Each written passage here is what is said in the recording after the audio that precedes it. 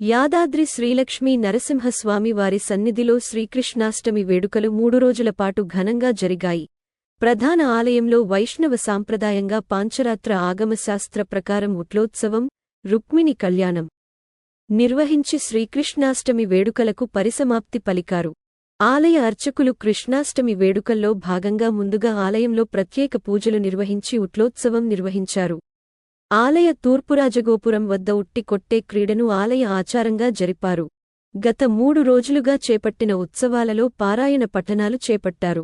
అనంతరం స్వామి అమ్మవార్లను వివిధ రకాల పుష్పాలతో కనులవిందుగా అలంకరించి వేద మంత్రాలు, మంగళ వాయిద్యాల నడుమ సుముహూర్తమున రాత్రివేళల్లో ఆలయ ముఖ మండపంలో రుక్మిణీ కళ్యాణం నిర్వహించారు ఆలయ అర్చకులు.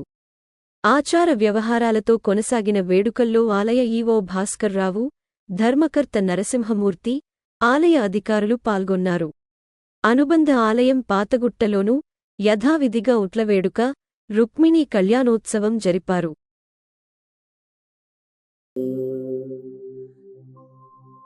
ఓం లక్ష్మీ నరసింహాయ నమః. ఓం లక్ష్మీ నరసింహాయ నమః. ఓం లక్ష్మీ నరసింహాయ నమః. ఓం లక్ష్మీ నరసింహాయ నమః.